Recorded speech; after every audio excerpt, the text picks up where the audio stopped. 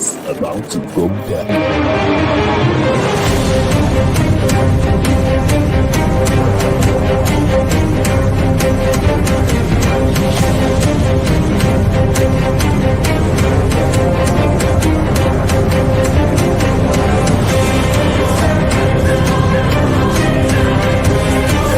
Lovely pass, and here he turns cleverly. Can he find a finish? Oh, he can! Skilled by Joshua, and a return right hand. Good counter right. Bullen is hurt. Second right hand. That clipped him as well. Now he goes in for the kill. Well, Ricciardo is inching into the lead, and Ricciardo that win the Italian Grand Prix! Iguodala running the floor.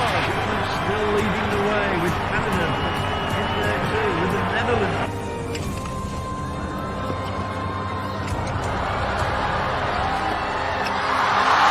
Musa makes it 4 goals in 2 World Cup matches. The Monaco Grand Prix. Ricciardo triumphant in Monza. Through Bowden, Barrett, and an early touch and an excellent. Sports Orbit. We make the world go round. Hello, viewers, and welcome to Sports Orbit, reaching you from Leadership Podcast Studio. My name is Afa Salifu Usman is here. Salifu, welcome to this week's episode of Sports Orbit. Yeah, thank you, Alpha. The first edition of the week, and at the same time, the first in the holy month of Ramadan. So we have the opportunity to say Ramadan Kareem to Muslim Ummah across the world. All right, right away, without further wasting of time, we'll begin straight from the NPFL, where Sunshine Stars finally halted the unbeaten run of Plateau United as the NPFL resumed, and also Tornadoes Lobi Stars also recorded a very crucial away wins. Of course, for Lobi Stars, they halted a 5-game winless win as they defeated Rangers of Enugu by 2-0.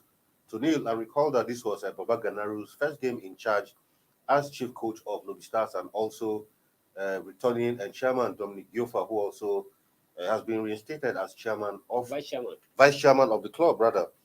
Of course, the deputy governor is still the chairman. And then also, Eyimba also recorded a 2-0 win over Wiki Tourist out there in Aba, while Niger Tornadoes also recorded a maximum point against Takada FC. So looking at what happened in the NPFL this weekend, especially for Lobi Stars, not just because it's my team, but I think that was a good result. At a point, it looks like Lobi Stars were on a free fall, but Baba Ganaru has shown that he's a master of the game when it comes to the NPFL.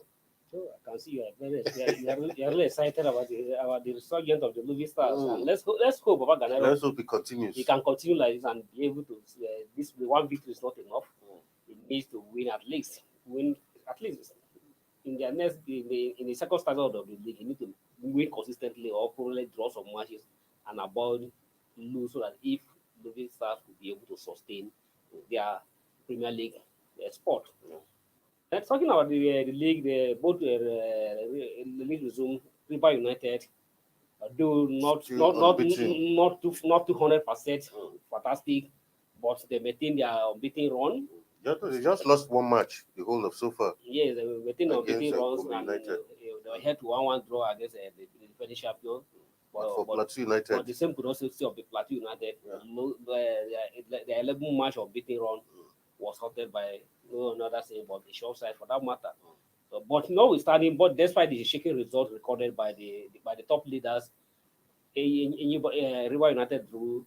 Plateau United were beaten 2-0. Rangers, who is the third on the log, was also beaten 2-0 by Lobi Stars. But despite that result, the three teams still maintain their position on the first, second, and third position respectively. Yeah, of course, for Kano Pillars also, the poor form continued as they lost 1-0 to Gombe United in that one. It's like it is clear for Kano Pillars. It's obviously clear that Salisu Yesu has no answer to the. There has no solution to what the way for the problem of Kano Pillars. That's why we're hoping that after losing his job as a national team coach, will be able now to concentrate, focus there, and able to sustain Plateau United. Kano Pillars was unfortunately they are losing they are losing streak continue, poor form continue. But in as much as and talk of Niger Tornadoes, they recorded their first victory. You know, saying that Niger will be moving to Kaduna. They have moved to Kaduna as their temporary home, and their first match, they were able to record win. It's just it's like an opposite side. When Kano people were complaining that their poor front or at home was responsible because of their inability to get their fans and all play away from Kano, and the Kaduna Stadium may not be too convenient for them. That was a loser, and they moved to Katsina United, moved to Katsina. But Tornado, who moved to Kano, to Kaduna, was able to record the first victory in Kano. And while the other way is on the opposite side for other way around, people who went to Katsina, still they are losing from still continue. All right, let's take a look at the table as it stands right now. Rivers United is still on top, while Plateau United still maintain their second position despite that loss. Enugu Rangers still number 3. Then Kwara United have leapfrogged Remo Stars into the 4th position, while Remo Stars are 5th. Sunshine Stars number 6, Ayimba 7th. Champions Akwa United seems like they are continuing to go down as it stands, and Gombe United 9th, while Wiki Tourists are 10th. Well, for the teams in the relegation zone, we have Heartland, MFM, and Bakada. The way it stands, it looks like MFM and Heartland will definitely be relegated this time around. Well, and that victory against Rangers has lifted Lobi to 16 on the log. And we still have this is just 20 match play so far out of 38 match. They still have 80 match to go, and the 80 match is still a long distance race, and all the teams still have a chance to survive and still a chance to go down. So definitely, we can't say it's completely over for Heartland or MFM. Because when looking at Kano Pillars at 13, they have 24 points, which is just 4 points separating them with Heartland, who are even so. Yes. So I think from the 11th position downwards, it's still very, very open. Any of those teams can end up. Even Wiki Tory is 6th on the 10 on the log. It just 7 points separated them. Yeah. So it's still tight. So any of these teams might everybody can still have a chance. So it's not over for Heartland and nor MFF. And even the those on the top of the league cannot celebrate here that they have won the league, or cannot celebrate that they have secured the position in the CAF Champions League. So every team on this table still have a chance, depending on what you are going to play, still have a chance to claim whatever is at stake. Yeah. Away from that down to still the fallout from the Nigeria versus Ghana. Nigeria's failure to qualify for Qatar 2022. Sports editors have actually told the NFF board that apart from just sacking the whole technical team of the Super Eagles, that they also need to throw in the towel because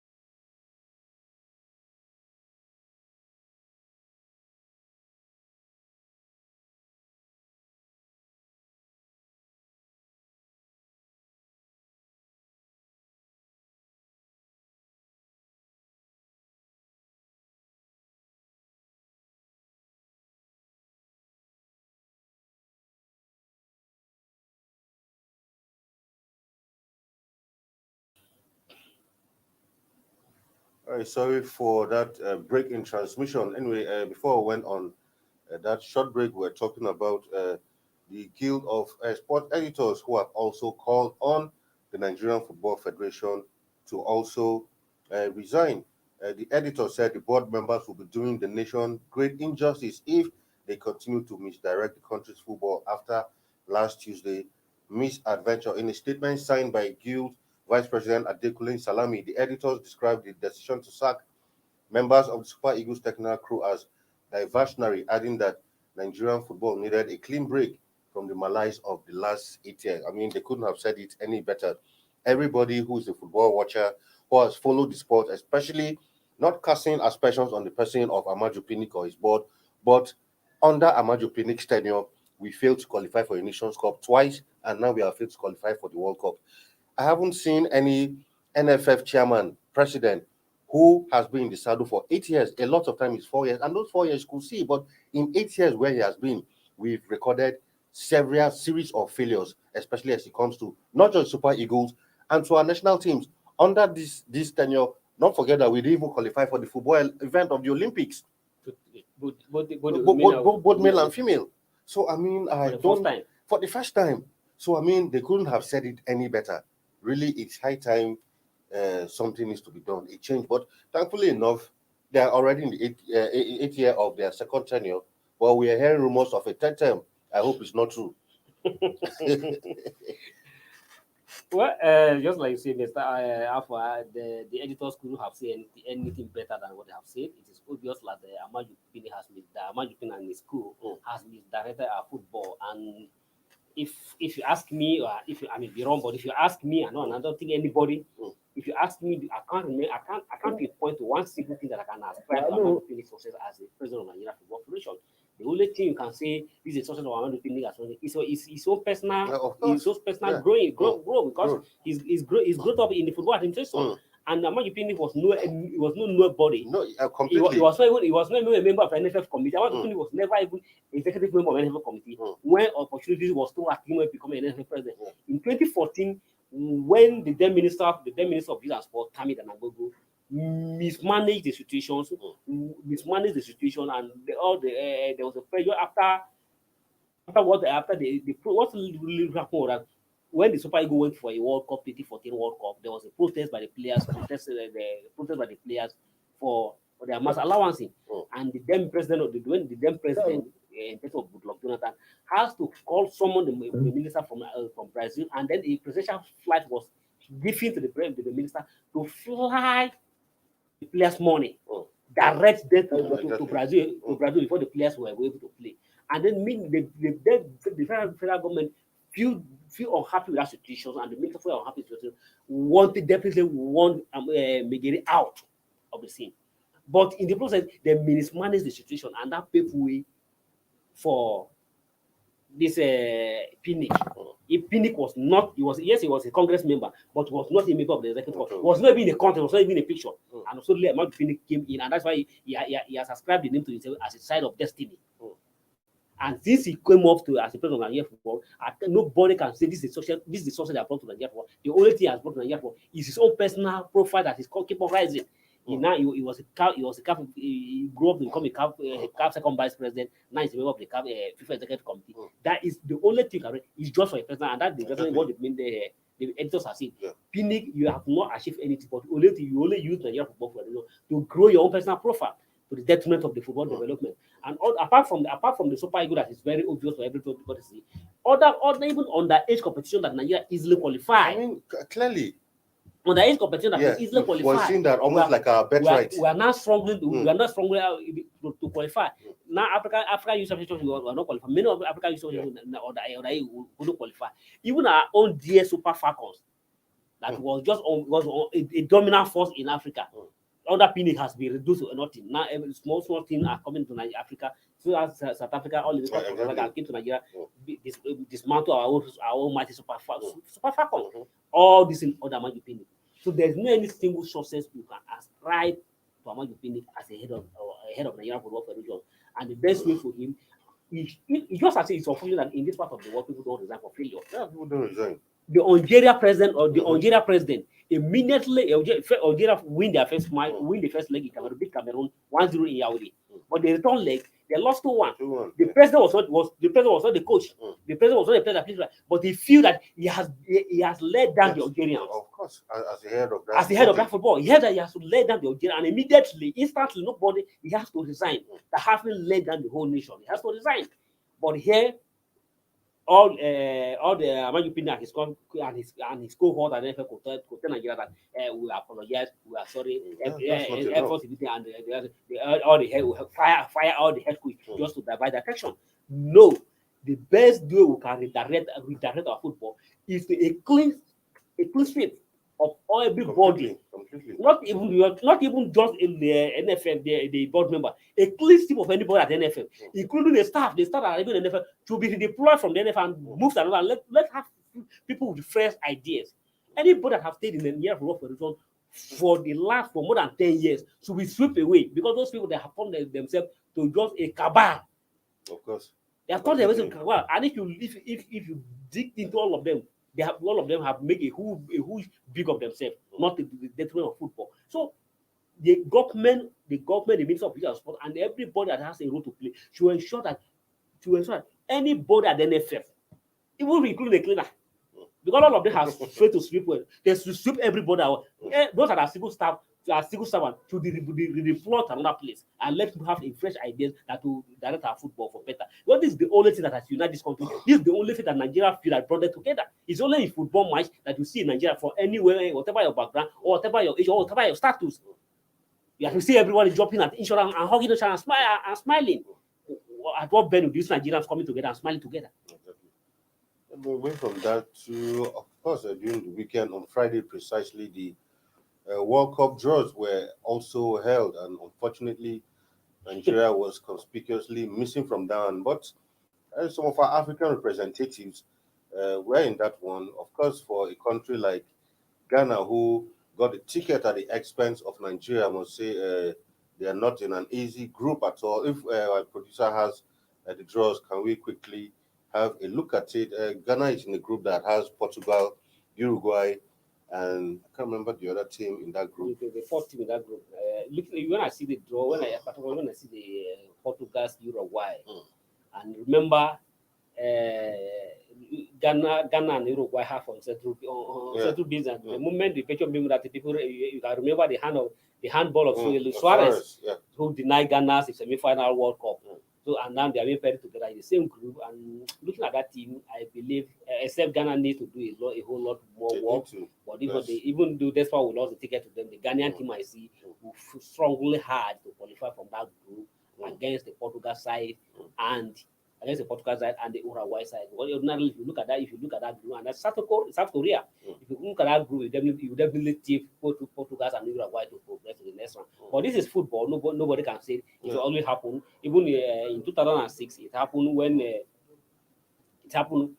Even if you remember Korea, Japan 2002, it happened when Senegal and Spain were in the France were in the same group as the defending champion. Unfortunately, Senegal beat France, and Senegal went to the qualified to the next group, and even went to the quarterfinal of that match before they lost the quarterfinal to Turkey. Okay, so, the other team in that Ghana group is actually South Korea. That's a very difficult group. Very difficult group. And whichever is for Senegal, I think they have a bit of what you might call the favorable draw with Qatar hosts. That could be a tricky one. Then Ecuador, not a pushover also. A South American country there. Of course, we have the almighty Netherlands in that one also. Then for the group that has Cameroon. And if you look, let's just interrogate it. If you look at the group A, apart from Senegal, who was at the last World Cup, none of that group was at the last World Cup. So in terms of experience, you say that Senegal has experience, it's been expressed to the next World Cup. But Netherlands, if you are to rank the team based on the high by high, who you stand a chance, Netherlands stand a chance to qualify, and then Senegal. And we're not saying Ecuador is a pushover, but the Qatar being the first World Cup play in the Asian continent, and at the same time being the Qatar being the host, you can understand the support the host will enjoy from that team. But being as it is, Senegal has 50% chance of progress to the next round, and I think this will be the opportunity for the Senegal to move to the next round, to go to the next round, and possibly repeat the feat they achieved at the Korea Japan 2002. Also, Africa's other representatives, Morocco, are in Group F that has Belgium, Canada, and Croatia. For Canada, this is the first time in the World Cup since 1986, I think. So it's been a long time outside. But looking at Croatia, Belgium, not two teams that you can push over. Croatia, World Cup finalists in the last World Cup, and here in the group with Morocco, and of course Belgium.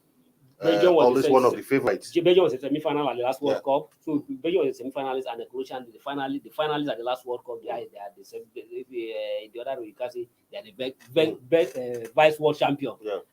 So, but Morocco and Canada will just be the two teams that will strong from this group and to ensure that they match up. So, wish Morocco well. But if they can navigate and play well, Croatia is beatable and even Belgium is beatable. So no team is that good at this. That is not unbeatable. Anybody is beatable if you program your well and plan well, you'll be able to have they still have a chance to progress. But at least if you're looking at it, but you definitely see the Belgium was ranked world number one for consecutive 3 years, and before they lost that they recently in the last ranking lost that position to Brazil. So of course in Group G we have Cameroon. Cameroon will be up against Brazil. Five-time champions Serbia and Switzerland. Serbia and Switzerland are also not easy teams. They are not easy. They are not easy team at all. But at the same time, Cameroon also still have a chance. So Cameroon have a chance if they play well against the Zambian. Let us say they can say okay, Brazil is not going area, but they can still have a chance against the Zambia, against the Serbians, and Switzerland. So if they must play well, let's hope so that the coach recover strong and his crew will be able to put on a fantastic plan that will ensure that okay, they find their way against the Switzerland and then Zambia. Was for Brazil, we can say well, it may not be a no-going area, but their first match will be against the Switzerland, and if they'll be able to win and get the result from that match, who say the second match and they will play. Of course, Tunisia is in the same group that's talking about Group D with France, Denmark, and of course the playoffs from either Australia or Peru. or Peru, from the South American playoff, So also for Tunisia, not Denmark, we all know the kind of threat the Danish side poses, and also of course the French side always a constant. Two editions of World Cup champions are in that group, and like it is in every World Cup, they are always one of the favorites. Yeah, and France is the defending champion, and even the year ticket to be decided, Australian and Peru and the other team. Whoever qualifies from that group, even the Peru and Australia are not the super teams. And I think Denmark is also a known force in the World Cup. So, but let's see Tunisians which Tunisian well, no matter how they'll be able to navigate. But France, if you look at it, France is standing a better chance than in all the group, in all the team there. All right. And the other group, you have Argentina, Saudi Arabia, Mexico, and Poland. But this group C, we definitely say this is an easy ride for Argentina side, and probably between Poland and Mexico, we'll definitely follow them to the next round of the competition. England is in Group B that has England. I think to me, England has a very favorable draw. Of course, the best draw was the best draw against Iran, and then USA. USA is also strong. One of Ukraine, Scotland, or Wales. So let's say you go, but England still have a very favorable chance, and if they can be able to plan up upon they put in the Europe, they repeat the same form they play at the Euro 2020. They'll be able to show something decent. Remember, England was in the semi-final of the last World Cup. Right, away from that now to the Commonwealth Games, which is also fast approaching. Nigeria will be participating in actually 9 sports at the Common Games event, and the sports are actually athletics, boxing, judo, para-athletics, para-powerlifting, para-table tennis, weightlifting, and wrestling. And away from that now, straight to the EPL, some matches that went down in the EPL during the weekend. Of course, a few surprises in that one during the weekend where, of course, Liverpool were 2-0 winners over Watford, while Brighton and Hove 0-0 against Norwich City. Burnley, Manchester City won that one 2-0, and Brentford, of course, shocked Chelsea by beating them 4-1 at Stamford Bridge, while Leeds United pulled out a 1-1 draw against Southampton. Wolverhampton Wanderers were 2-1 winners over Aston Villa, while United played a 1-1 draw with Leicester City. looking at the EPL, I mean, as it stands now, it's just 1 point that separates Liverpool and Man City. Not forgetting that at some point, it looked like Man City had run away with the league as of December to January, but somehow a string of poor results and did not work in their favor. And now Liverpool are back in the mix. And not forgetting that I think come next weekend, Liverpool will be up against Man City, which will almost be like the decider. That to them, not even more. That will definitely be the deciding game. And if you look at what they play at the weekend, first Liverpool first play, Liverpool take over the lead, and then Man City play later, like 5 minutes, play later, and then restore themselves back to the top position. So those two teams maintain their change, maintain the situation each other and ensure that okay, the tussle for the league to continue. And when those two sides face each other, that will then really decide when they bet long will help to. Of course, West Ham were 2-1 winners over Everton. Things not looking up for Frank Lampard. Looks like a relegation might just be a short thing this year, while Tottenham once again outclass Newcastle United 5-1. Also, today Arsenal will be up against Crystal Palace in the last game of the EPL. Quickly, Salifu. Crystal Palace, Arsenal. Crystal Palace, Arsenal, that is a very tough one. Arsenal, if Arsenal must keep alive their dream of qualifying for the Champions League for the first time in the last 4 years, definitely they're going to win this match. God, as it is already, the North London, they are not like rivals. Tottenham have jumped over, moved to the top position, and then push it down to the fifth position. So Arsenal need to win this match tonight and they get back to the top four. But it will not be an irritant against the other side. Right, viewers, that's much we can give you on this episode of Sports Obi. Don't forget that the Arsenal will be up against Crystal Palace.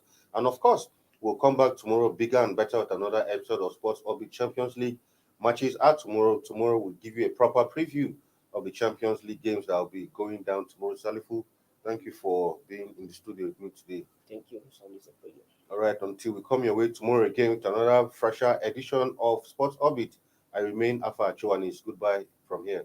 Thank you for watching. For sponsorship and advert placements, please contact 080-3688-6158. Last Word Leadership Podcast Studio. You have the last word.